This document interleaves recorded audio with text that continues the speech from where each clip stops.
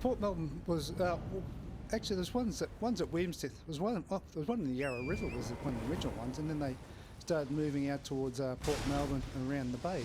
And you found out that as like there was this Hobson's Bay Railway Company which owned Railway Pier or Station Pier, and they invested in having sea baths built just to the west of their pier, and they democratised swimming, because instead of paying 1 shilling 6 pence to go for a swim in a sea bath, which was probably equivalent to $25 to $30 these days, they brought it down to four pence, which was a couple of bucks. So it made it affordable. But as they did that, and suddenly the crowd started turning up, like on one day there was 1,100 people turned up to have their sea bath. Well, the people were more people, you know, if the money didn't like the proletariat coming in, the further south the baths extended, so we started going further, you know, St Kilda, Killing Sea Bath, which was called and then Brighton, and then on the western side of the bay down to Queenscliff. Because they would have had the ability to travel too, because they would have had the money to be able to afford the travel rather. Exactly, yeah. So I said the Sandridge Railway, Hobson's Bay bathing baths, democratised swimming. So, you mentioned the Maribyrnong there on Rex. That was called Freshwater Creek, wasn't it, back then? Saltwater River, it's called. Saltwater River, right, but they were getting the water from there. Okay. Yep. We've been doing a bit of family history right there. Just let's jump in here, something a little bit personal that we found out recently that in 1850, my great-great-grandfather's brother, Thomas Beach, he went to the races and was coming back along what is now called the Maribyrnong boat, and apparently he had far too much to drink at the races, fell off the boat into the river and drowned. Got the report of it. My goodness. It's terrible, Dr. Beach. It is terrible, but I don't know. I'm going to wait for getting kids falling off the boat on the way back. My lucky adventure. Yeah. Hopefully you've lifted the tone a bit there, Beach. Yeah, a little bit, maybe. This is fascinating, Rex. Yeah. So in the end, there ended up being 3 bathing companies. So this was a stiff competition. So there was one built on the barge called the Premier, which was about between sort of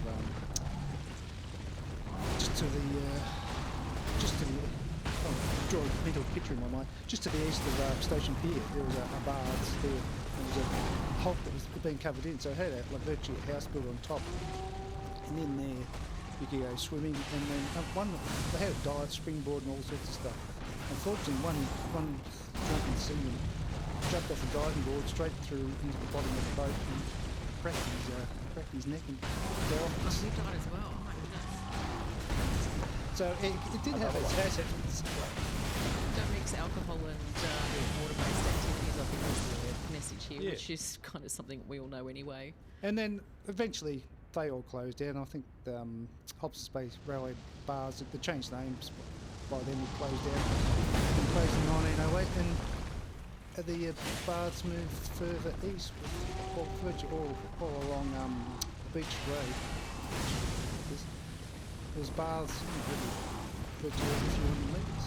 And when did they start closing them down? Because there's still, you can obviously see there are some that are still there. Yeah, there's still the ones down St Kilda, the World Sea Baths there. That would have been chopping over the top. Fascinating stuff. Fascinating. Thanks, Rex. That's been amazing. Yeah. What will you bring in next time? Any ideas? You can keep us on our toes. I've got this really hot subject I just can't tell you about yet. All right. I don't know. Keep us in a state of mystery until then. Thanks, Rex. I will be. Always fascinating, always a pleasure. We'll catch you, mate. Okay, see you then. See ya. Rex Hunter. See you. See you, Rex. Rex Hunter there, our maritime archaeologist. It is 9:28. You're listening to Radio Marinara here on 3RRR. We're going to listen to a couple of station announcements, and then we're going to be speaking with Michelle Cheers about this proposed installation of artificial reefs down the coast. Coming up at the Nightcap, Z6 with the Public Opinion Afro Orchestra, Wafia, Budgerah, Neville Ethel, Halo Vocal Ensemble, Maya, Grace Cummings, and Tease Yard. Plus, LaFleur, Lake Minnetonka, Natty Man, Bowie Ball, and Lou. Alongside Better Late Fridays and Saturdays with DJs till 3am and Domingo Latino Sundays with Tumbao Social. Tickets at thenightcat.com.au. Proud Triple R sponsors. Award-winning, critically acclaimed comedian Stuart Dolman brings his show Ha Ha to the Melbourne International Comedy Festival. Join Stu for a night of not-so-normal stand-up.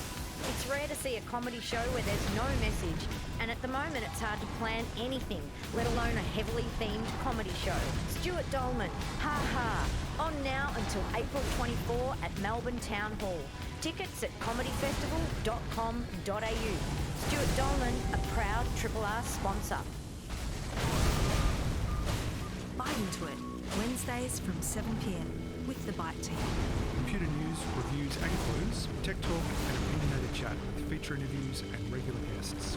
This computer has a vast... Covering games, open source programming, social media, gadgets and more. Tune in to Bite Into It via FM, digital, online, on demand, via the app or on your favourite podcast platform.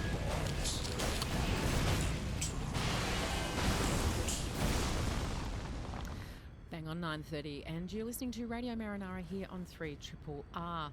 Now, yesterday there was an article in The Age here in Melbourne, Sydney, New South Wales, with the title of Reef Brief, Mornington workers wary of underwater installations at Point Nepean.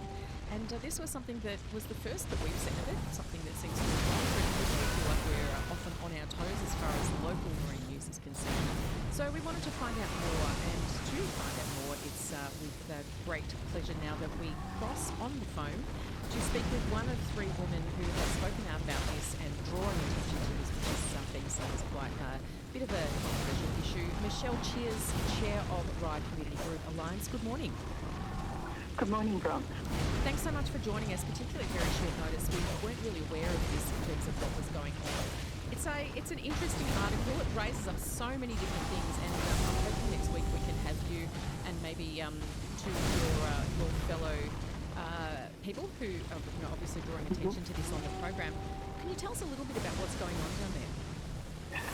Brian, the first that local people knew about it was an article in the local paper with David Kramer, one of the directors. He's a boat and tackle show salesperson, and also one of the directors of Future Fish Foundation, sort of almost boasting that this was going to happen at Point Nepean. So everyone else had been kept into the dark about what was going on. And